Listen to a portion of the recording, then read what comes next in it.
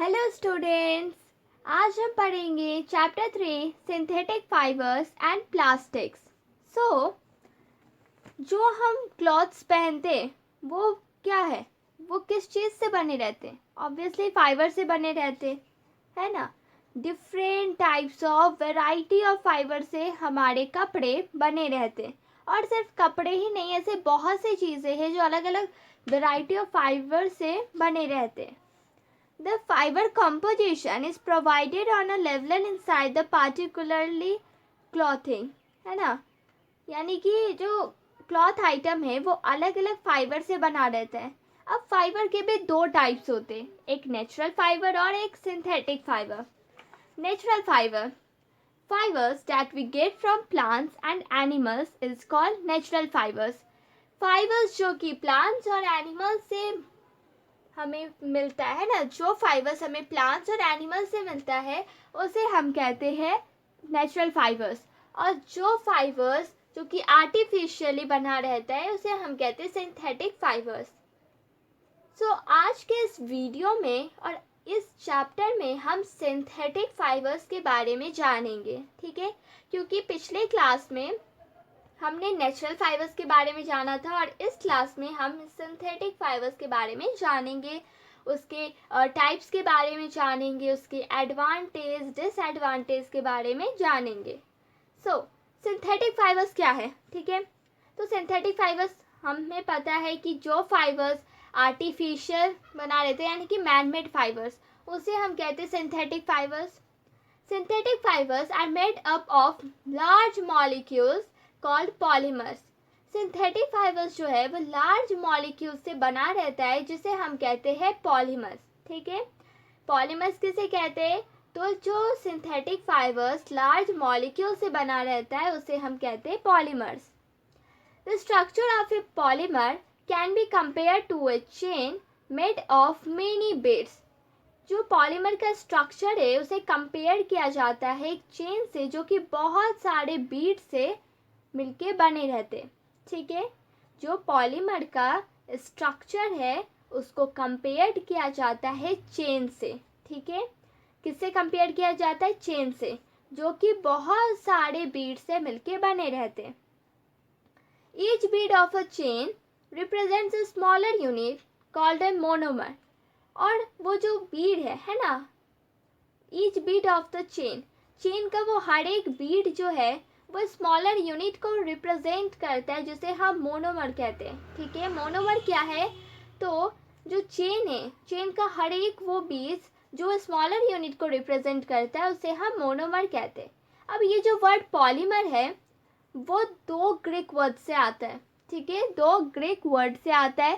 पहला हो गया आपका ये पॉली, मीनिंग मेनी, ठीक है। पॉली का मतलब होता है बहुत सारे और मर का मतलब होता है यूनिट्स, ठीक है। बहुत सारे यूनिट्स को हम कहते हैं पॉलीमर। हमेशा जो ये वर्ड्स होते हैं ना उसे आप तोड़ के अगर आप ये समझने की कोशिश कीजिएगा तो आपको ये डेफिनेशन और ये जो चीज़ें हैं वो इजी वे में समझ में आ जाएंगी, ठीक है।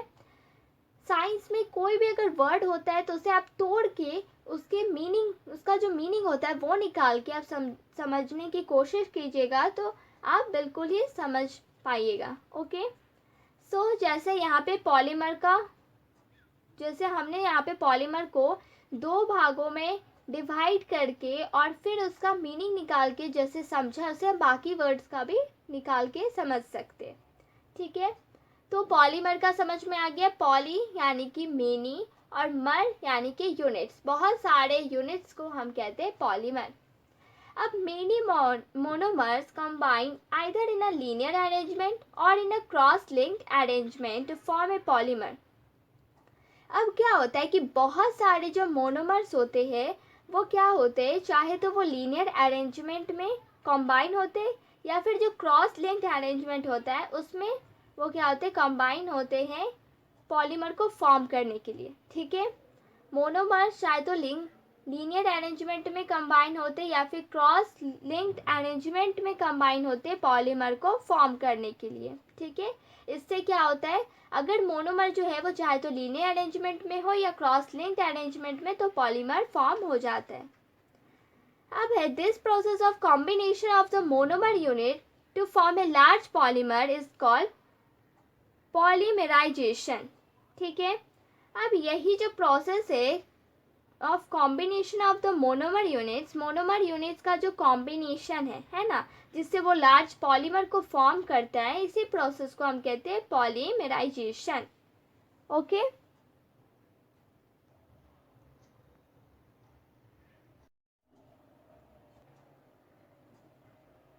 सो अब हम जानेंगे टाइप्स ऑफ सिंथेटिक फाइबर्स के बारे में। ठीक है, तो आपको सिंथेटिक फाइबर क्या होता है समझ में आ गया। मैं एक बार शॉर्ट में बता देती हूँ। सिंथेटिक फाइबर वो फाइबर होता है जो कि आर्टिफिशियली बना रहता है। ठीक है, इसको हम मैनमेड फाइबर्स भी कहते हैं। सिंथेटिक फाइबर में पॉलीमर्स क्या हो जाता है, तो जो सिंथेटिक फाइबर लार्ज मॉलिक्यूल से मिलके बने रहते उसे हम कहते हैं पॉलीमर्स। ठीक है, synthetic fibres are made up of large molecules are called polymers. और यही जो स्ट्रक्चर होता है पॉलीमर का, उसे चेन से कंपेयर किया जाता है, जो कि बहुत सारे बीड से मिलके बने रहते हैं। वो हर एक जो बीड होता है चेन का, वो रिप्रेजेंट करता है स्मॉलर यूनिट, जिसे हम कहते हैं मोनोमर। जो वर्ड पॉलीमर है वो डिराइव होता है दो ग्रीक वर्ड से, पॉली मीनिंग मेनी और मर मीनिंग यूनिट्स। ठीक है, यानी कि बहुत सारे यूनिट्स को हम कहते हैं पॉलीमर। जो बहुत सारे मोनोमर्स होते हैं वो एक साथ कंबाइन होके, ठीक है, चाहे तो वो लीनियर अरेंजमेंट बनाते हैं या फिर क्रॉस लिंक्ड अरेंजमेंट से पॉलीमर को फॉर्म करते। और ये जो प्रोसेस होता है, जो मोनोमर यूनिट्स का कॉम्बिनेशन, ठीक है, जिससे वो ये लार्ज पॉलीमर को फॉर्म करते, इस प्रोसेस को हम कहते हैं पॉलीमराइजेशन। अब हम बात करते हैं टाइप्स ऑफ सिंथेटिक फाइबर्स के बारे में। ठीक है, तो सिंथेटिक फाइबर का जनरली यहाँ पे 4 टाइप्स दिया गया है। ठीक है, rayon, nylon, polyester and acrylic. ठीक है, rayon, nylon, polyester and acrylic. अब हम 1 बाय 1 इन चारों के बारे में डिटेल में पढ़ेंगे। ठीक है, सबसे पहले रेयॉन। अब ये रेयॉन क्या है, तो rayon is obtain from the chemical treatment of wood pulp. लकड़ी का जो वो पल्प होता है, वुड पल्प, उसका जो केमिकल ट्रीटमेंट होता है, उससे रेयॉन जो है वो ऑब्टेन होता है। ठीक है, rayon is obtain from the chemical treatment of wood pulp. It is known as artificial silk as it is cheaper than silk and can be dyed and woven like silk fibres.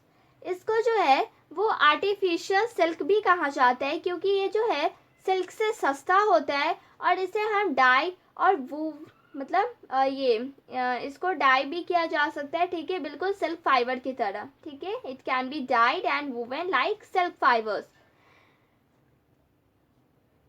अब क्या है कि rayon is shiny and can absorb moisture. Rayon जो होता है वो shiny होता है और वो मॉइस्चर को क्या करता है, एब्जॉर्ब करता है। ओके, रेयॉन जो है वो शाइनी होता है और मॉइस्चर को एब्जॉर्ब करता है। Cloths made of rayon can therefore absorb sweat and keep us cool during summers. और इसीलिए जो कपड़े जो कि रेयॉन से मिलके बने रहते हैं, वो क्या करते हैं, हम जो स्वेट होता है उसको एब्जॉर्ब करते हैं और गर्मी में हमें कूल रखते हैं।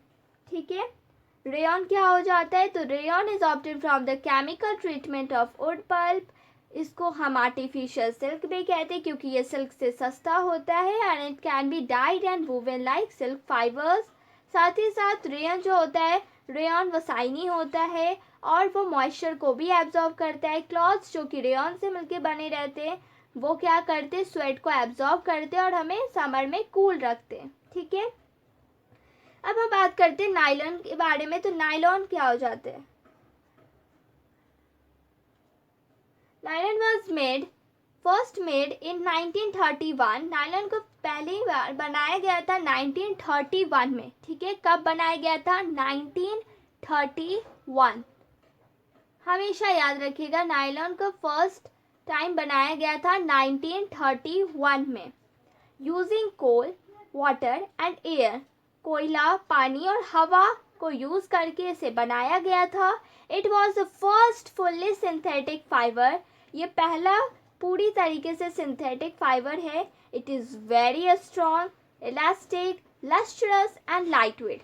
ये क्या है, ये बहुत ही मजबूत है, स्ट्रॉन्ग है, इलास्टिक है, लस्ट्रस है और लाइट वेट यानी कि हल्का भी है. Okay. It is wrinkle resistant, easy to wash and it dries quickly. अब इसकी खूबियाँ क्या है कि ये wrinkle रेसिस्टेंट है. ठीक है.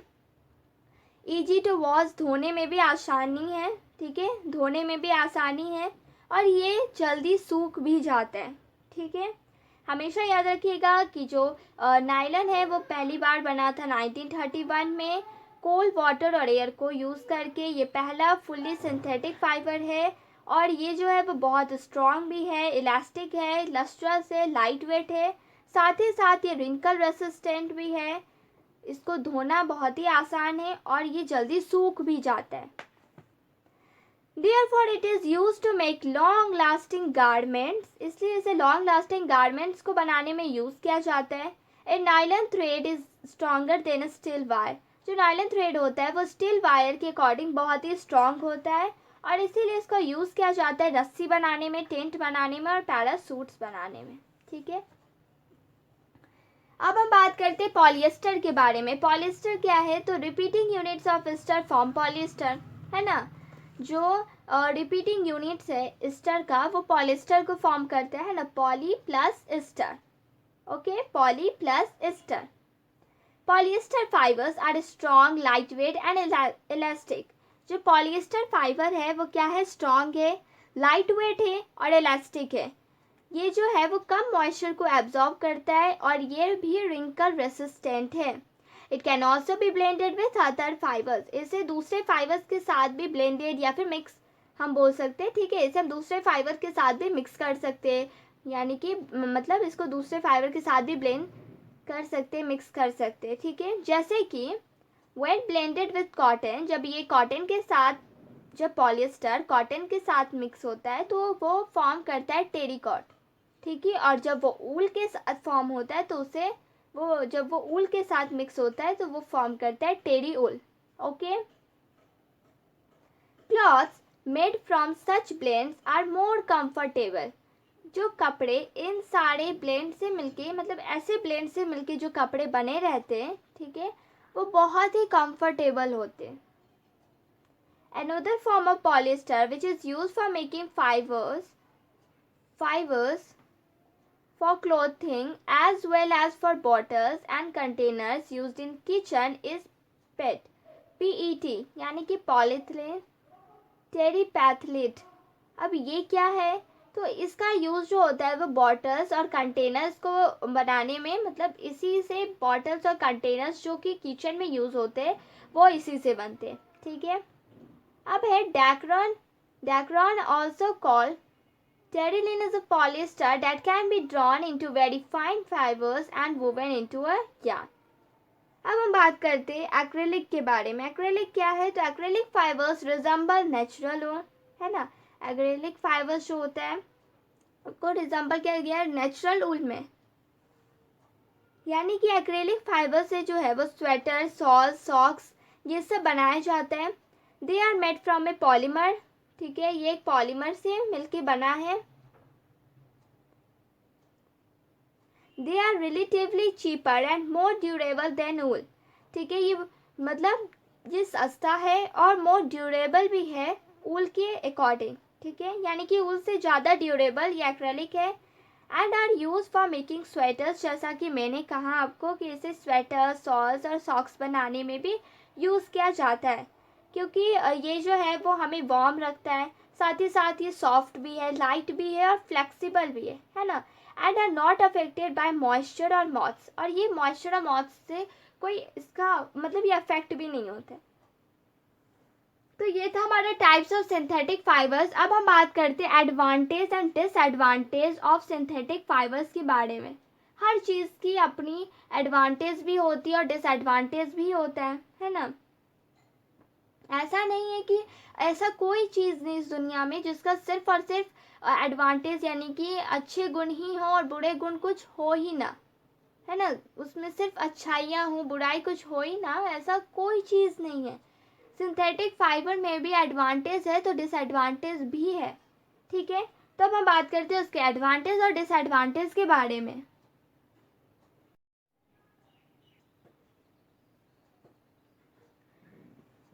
So नाउ हम बात करेंगे एडवांटेज ऑफ सिंथेटिक फाइबर्स। कुछ एडवांटेज है सिंथेटिक फाइबर्स का, ठीक है, जो कि यहाँ पे दिया गया है। So synthetic fibres do not shrink. Synthetic fibre जो है वो श्रिंक नहीं होता है, इस वजह से ये ज़्यादा ड्यूरेबल है। They have high tensile strength, इसके पास हाई टेंसिल स्ट्रेंथ भी है। They can withstand more stress before breaking, यानी कि इसमें जो ये इलास्टिक पावर है वो बहुत ही ज़्यादा है, ठीक है। जैसे बाकी में होता है ना कि हम कितना भी उसको ये खींचते हैं, है ना, तो वो क्या होता है, वो टूट जाता है, लेकिन सिंथेटिक फाइबर में ऐसा नहीं है। They are wrinkle resistant and easy to wash. ये रिंकल रेसिस्टेंट है और इसको धोना बहुत ही आसान है। दे आर लेस एक्सपेंसिव, ये लेस एक्सपेंसिव है यानी कि ज़्यादा महंगा नहीं है। एंड दे आर इलास्टिक, जैसे कि मैंने कहा ये इलास्टिक है। तो ये था आपका सिंथेटिक फाइबर का एडवांटेज। अब हम बात करते हैं उसके डिसएडवांटेज के बारे में। So synthetic fibres can fire easily. Synthetic fibre क्या करता है, आसानी से आग को पकड़ लेता है, ठीक है। इसीलिए clothes made of synthetic fibres melt on heating and stick to the skin causing serious Burns.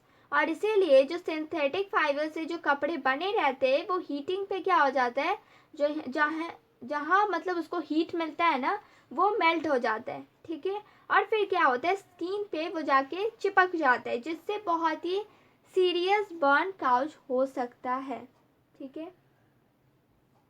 Therefore, they should not be worn while working near a flame in a laboratory or kitchen.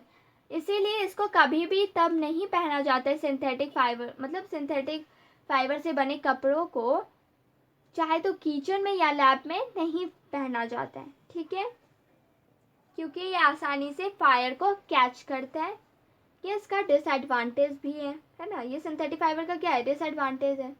दूसरा ये है कि they are poor sweat absorber and hence feel uncomfortable to wear in summer. ये जो है वो बहुत ही poor sweat absorber है, यानी कि ये अच्छे तरीके से स्वेट को एब्जॉर्ब नहीं कर पाता है और इसीलिए समर में पहनना इसको बहुत ही अनकंफर्टेबल होता है। इसीलिए जब समर में कोई सिंथेटिक फाइबर से बने कपड़े को पहनता है तो वो अनकंफर्टेबल फील करता है।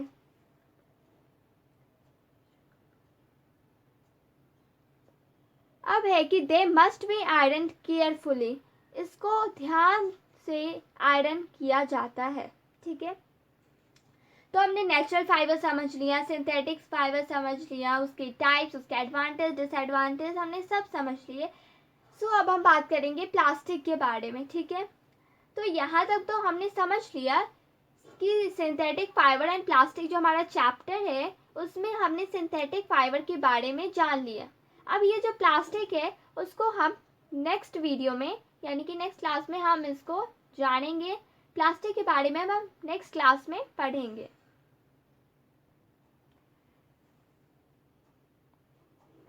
तो तब तक के लिए अगर आपको मेरी ये वीडियो पसंद आई हो तो please like share and subscribe. Thank you.